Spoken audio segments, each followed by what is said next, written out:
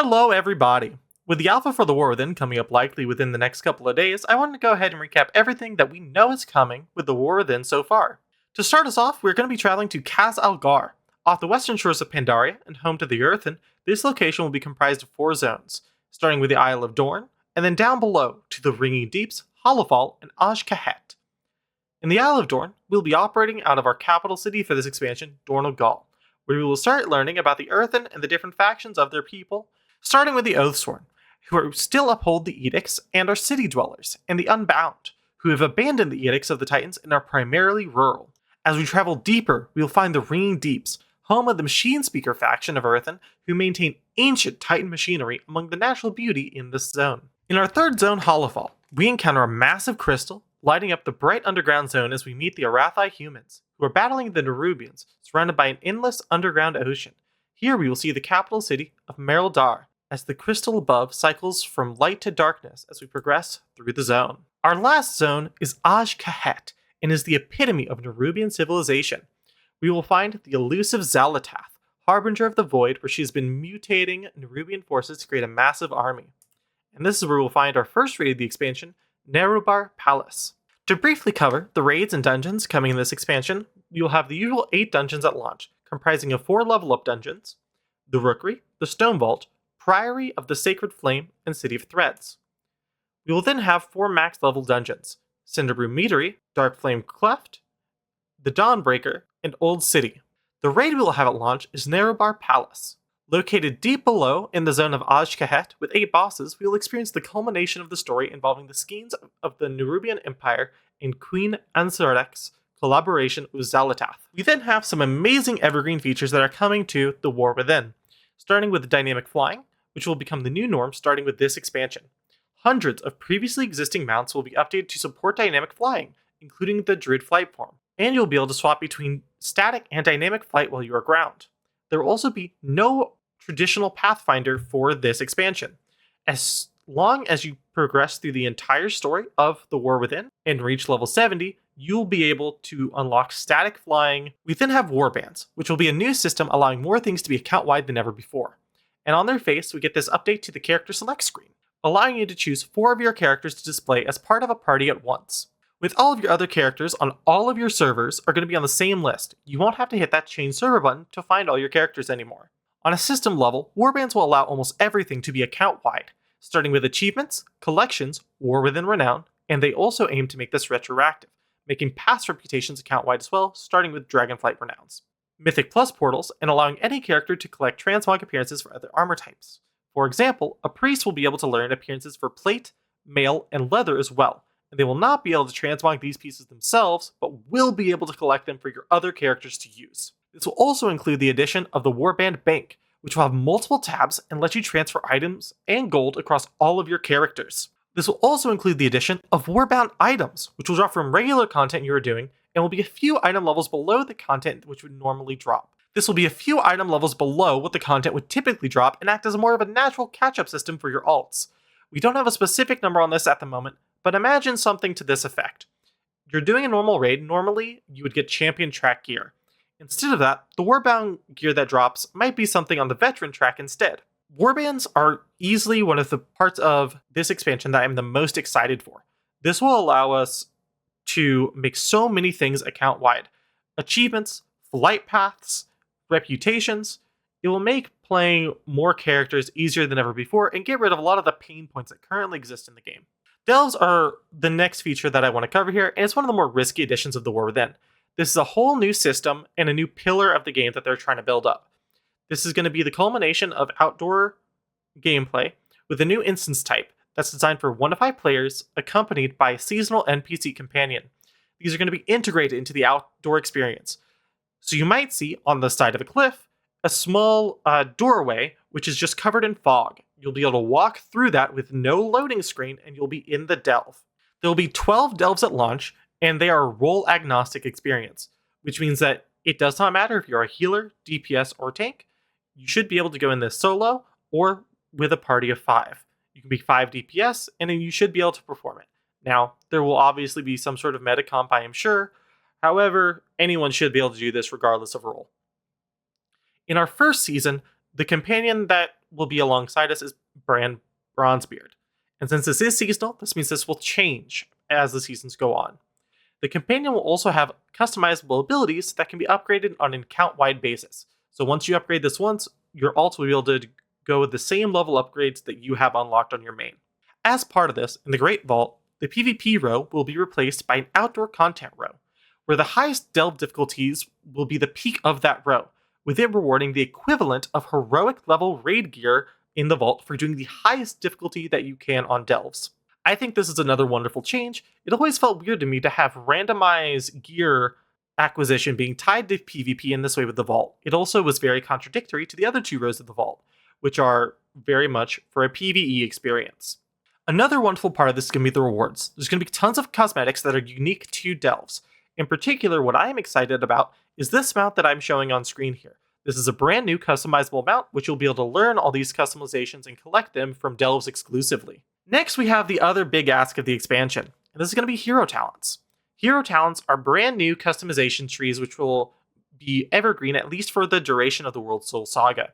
These are self-contained talent trees which complement the existing playstyles of the spec and let you really just lean into something just a little bit more. For these talent trees, each class will have as many hero talents as there are specs in that class, and each spec will be able to choose between two of the different hero talent trees. For example here, we can see that Protection can choose between Mountain Thane and Colossus, Arms can choose between Colossus and Slayer, and Fury can choose between Slayer and Mountain Thane. This works the same for all of the classes in the game, with the exception of course, Druids and Demon Hunters, who will have 4 and 2 to choose between respectively. Here we have the working hero specs list as was revealed at BlizzCon. Since then, some of these names have been updated, but many of them have also stayed the same. There's a lot of calls to deep hero fantasy here on this list. And I think while that is a really good idea, if these trees aren't able to build up and lean into the hero fantasy that these names evoke, it will be a bit of a disappointment for players.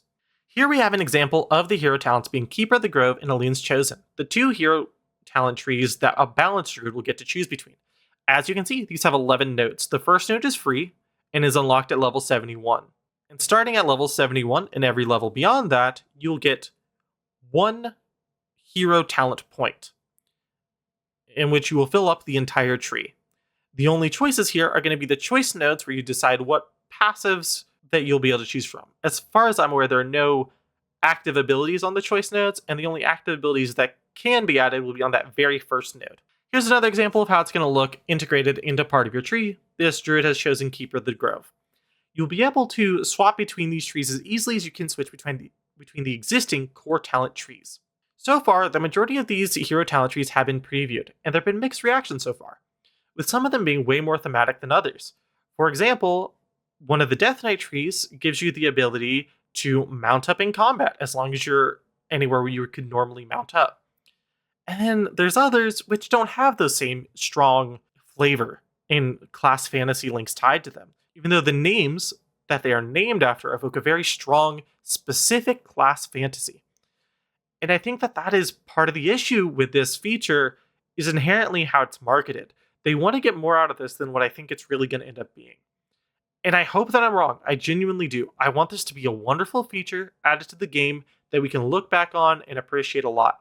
I just hope that the ones that do have those stronger class fantasies don't end up being the weaker picks, because people might feel like they have to go with something that isn't as thematically tied to them just because it might be better in some theoretical number crunching. The last major feature that's being added in the War Within that I want us to cover is they're adding a new allied race, the Earthen. We'll be able to unlock this race after completing the main level up campaign of the expansion. They will be able to play every class except for Druid, Demon Hunter, and Evoker. So that means that all you have to do to unlock this allied race is just play through the War Within, go through that main campaign, get to level 70, and you'll be able to create a new Earthen right there. I think I have a lot of issues with the allied race system overall, and I am actually planning on a video for that. I'm working on a script as just tinkering around with it in my head still, getting some of it to paper. And I don't love this addition, I'm going to be honest. I think it's really great that Horde players will be able to play this race because it is neutral. Just like Evokers and Pandaren, you'll be able to choose what faction that these will be allied with. However, it isn't something which really gets me excited. You know, at the end of the day, it is effectively a recolor on dwarves, which as an Alliance player, we already have 2 dwarf models, and this isn't going to really get me out of my seat to play. Luckily, there are plenty of other features within this expansion that I am excited about. This just really isn't one of them, and that's okay. Not every feature is made for every player. Now I'm going to go ahead and dump out my bag of holding here and cover all the miscellaneous collection of smaller features, changes, etc. that are either coming or not coming in the War Within. They did mention that cross-server guilds are coming in the War Within. This is one of the last restrictions that we currently have on guild joining. And actually, sorry, it is just the last restriction, at least that I'm aware of. With this, from now on, every new raid that releases will have day 1 cross-server mythic rating as well. Because since you're in a cross-server guild, you're going to need to have that option. Also, there's going to be no stat squish for the War Within. Probably one in Midnight, according to the Q&A. There will also be no cross-faction random LFG. So this is going to be you're looking for raid tool finder and you're looking for dungeon tool finder. I want to say, I don't remember, I couldn't find a source on this, but I thought that I'd heard them say something to the effect that they might do it if you queue as a full party for time walking, for example. And I think that that would at least be a good addition. However, I think really at this point, we've jumped the shark on a lot of these features. We can join in guilds together. I don't see any reason that for these raids, which are very much the Alliance and Horde, we're coming together to fight these threats together. Why can't we do LFR for that? Why can't we do time walking by default where if I'm just with one person who's in the other faction, then we can't do this? That doesn't make sense to me. Another thing that they're aiming for in the War Within is they haven't mentioned character customization specifically. They just mentioned that's going to be added in over patches like they have been. For example, in 10.2.7, we're getting some new hair colors for the Culturians. They did mention where they want their goal to be, and that's basically where the Evokers are, which as we know have a plethora of character customization options and are really good for just every Evoker can look radically different from another one. Also tied to the Evokers, they did mention there are no plans for multi-stage casting for other classes. And also, they haven't mentioned anything else in terms of new support specs being added to other classes as well, which is something I personally find is disappointing. That's a play style that I'd really love to be explored more, and it's a shame that after one half-measured experiment that they might be kind of just letting that die. There's also going to be some new UI updates. They're going to look at the spellbook, the quest log, and this will include adding more filters to that quest log as well. They're basically just continuing the UI revamp. It's never going to be done, is what Ian said, and they're going to keep on working on it. Heck, we know that in the next patch, there are going to be some new updates to the UI, that in the form of the Hunter Pet window, and some new filters on the map. The last new feature is going to be the PvP battleground, the Ringing Deeps.